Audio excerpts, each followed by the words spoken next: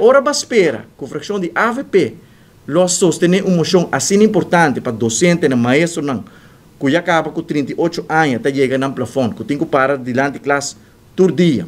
com roupa estresse, com roupa pressão, com roupa tensão, tem que ajudar muito na banda de duna, ensinança e educação, tem que manejar problemas social continuamente em classe. Não que merece atenção,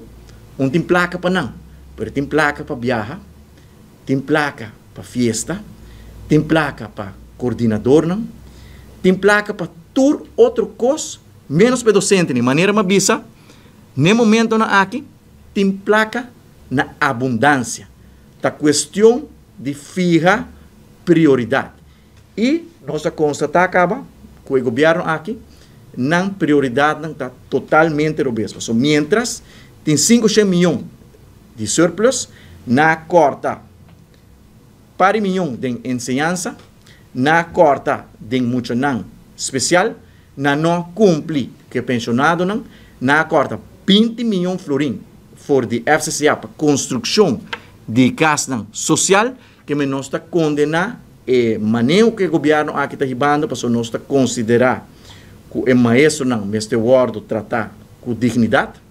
o maestro não, este word tratar com respeito, não está nos educadora, não está dando educação para formar o país aqui para o futuro de amanhã, pero a maneira que não está word tratar e botar o também, a carta, nós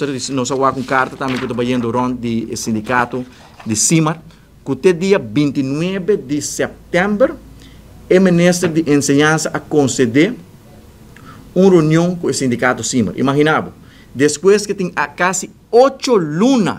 do governo, ela se cambia de presupuesto, não, ela lubida maestro não. Depois de 8 lunas, bota para cinta que o sindicato de maestro não está considerar essa aqui falta de respeito para o velho, falta de respeito para o docente, e essa aqui está demonstrando mais a atitude que o ministro tem, a atitude de ignorância, de arrogância, que a mim manda e a mim decide que hora me se cambio e quanto me vai pagar você.